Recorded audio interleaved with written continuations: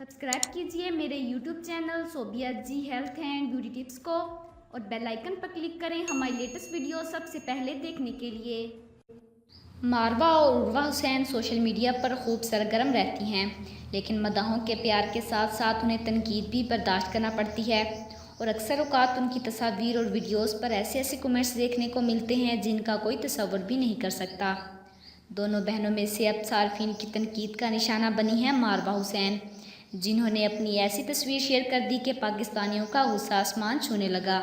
उन्होंने तस्वीर शेयर करते हुए लिखा कि मैं जब कोई देख रहा हो तो तुम जो कोई भी हो इस वक्त तक हंसो जब तक हंस सकते हो और इस वक्त तक प्यार करो जब तक प्यार कर सकते हो। यकीन करो यही ज़िंदगी है और हाँ, अपने ख्वाबों के पीछे भागो। तशफीन ने लिखा कि ऐसा लग रहा है कि तुमने चंद टेक्ला शॉट्स लिए हैं।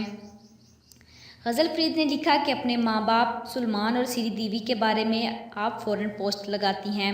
मैं आपको काफ़ी बार पढ़ा है, समझती हूँ। अगर आप सुलेमान को लेकर इंसानियत की बात कर रही हैं तो अफ़गानिस्तान में जो बच्चे मरे वो इंसान नहीं, इसके बारे में कोई बात नहीं कर सकती आप कानून की तालिब इल्म हैं, मैं भी कानून की तालिब इल्म हूँ। क्या कानून सब के लिए एक नहीं है? एमन अल्ताफ़ ने लिखा कि आपने सलमान ख़ान के बारे में बात की, लेकिन मकबूजा कश्मीर में भारतीय फ़ौज की जानिब से नस्ल परस्ताना जुल्म पर बात करने की ज़रूरत है। तुम्हें किस चीज़ ने रोक रखा है, बॉलीवुड ने या भारत में रहने वाले तुम्हारे दोस्तों ने? अनीसा शाहीन ने लिखा कि तुम्हारी ट्वीट बहुत ही शर्मिंदा करने वाली है, बराए मेहरबानी इसे डिलीट कर दो क्योंकि तुम बिल्कुल बेवकूफ़ लग रही हो। वम्बी नामी सार्फिन ने लिखा कि अस्तगफिरुल्लाह, तुम्हें अल्लाह से डर नहीं लगता?